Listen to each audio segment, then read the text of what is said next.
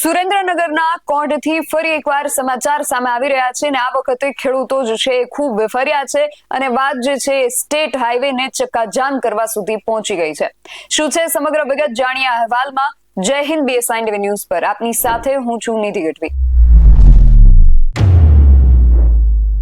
સુરેન્દ્રનગરના કોંઢની અંદર છેલ્લા દિવસોમાં જે ઘટના બની હતી એ ઘટનાએ ગુજરાતભરની અંદર એના પડઘા પાડ્યા, પરંતુ હવે ફરી એકવાર સુરેન્દ્રનગરના કોંઢ ગામના જે ખેડૂતો છે એ વીજ કંપનીને લઈને ફરી એકવાર વેફર્યા છે અને આ વખતે આ જે ખેડૂતો છે એ કંપનીના વિરોધમાં રાજકોટનો જે સ્ટેટ હાઈવે છે એને ચક્કાજામ કરવા સુધી પહોંચી ગયા હતા।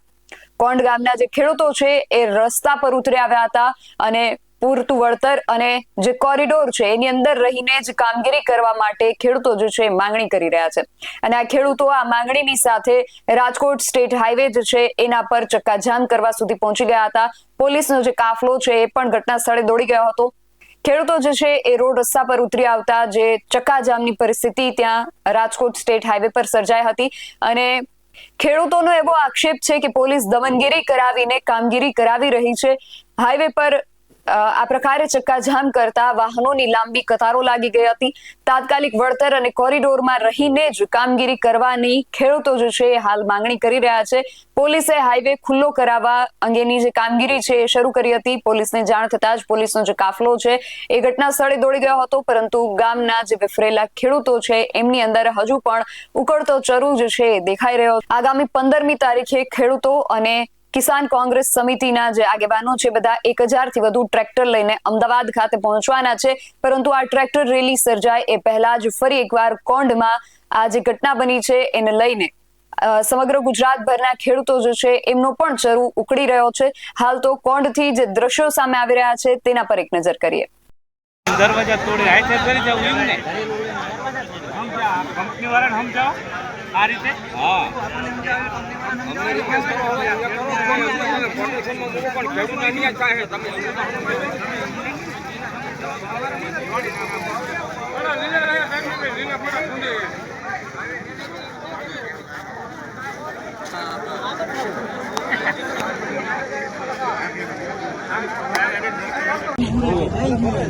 બીજા અહીંયા જ વાળા નાખવી પડે।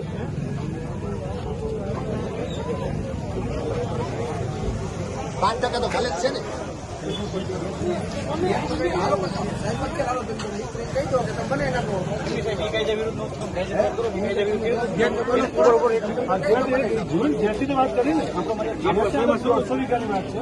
અરે સાહેબ 200 વીઘા અમે ખેડૂત છે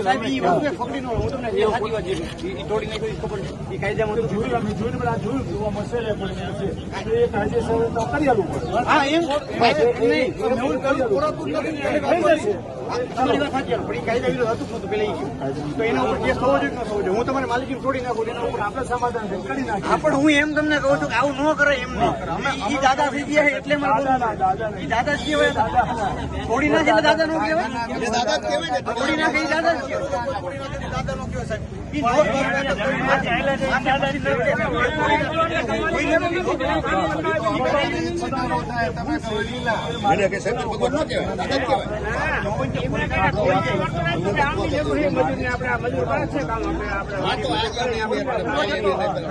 ઉતરો નહીં એમ તમને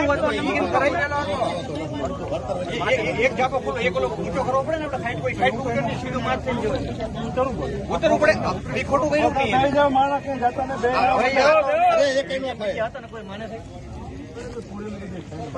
કોઈ નો મને અમે નક્કી એમ કીધું પડે શું અત્યારે વિડીયો આવ્યો એટલે વિડીયો એટલે માનતા જ નથી કે ના અમે નક્કી અમારા માણસો એવું અને બોલવા વાળા છે। અને અમારું ગ્રામ પહેલેથી સાહેબ અમારા ગામમાંથી 80 છોકરા કોઈ વર્ષથી કોઈ રાવ અમારા ગામની સાહેબ અમારી રાવ આવી કોઈ બરોબર અમારું આખું ગામ પહેલાથી પોલીસ અમારા બધા ભાઈઓ બધા પોલીસમાં જ છે, બધા તમને ખબર જ છે બરોબર। ગામમાંથી 100 છોકરા પોલીસ એમ નામ તો એવો નહીં હોય। અમારા પોલીસ ના હોય તો ના એટલે એની વાત કરું છું તમને ખબર છે કે એમાં શું હોય એ દ્રષ્ટિએ વાત કરી તમારે એટલે અમારે કોઈ બાબત નથી. એ ખબર છે સાહેબ તમે આમાં કેટલી હદે મજબૂત છો એ ખબર છે કારણ કે અમારા જ ભાઈઓ છે એટલે હા અમારા ભાઈઓ પોલીસમાં એટલે અમને ન ખબર હોય કે કાયદાની રૂએ કેટલું તમારે મજબૂર થવું પડે છે.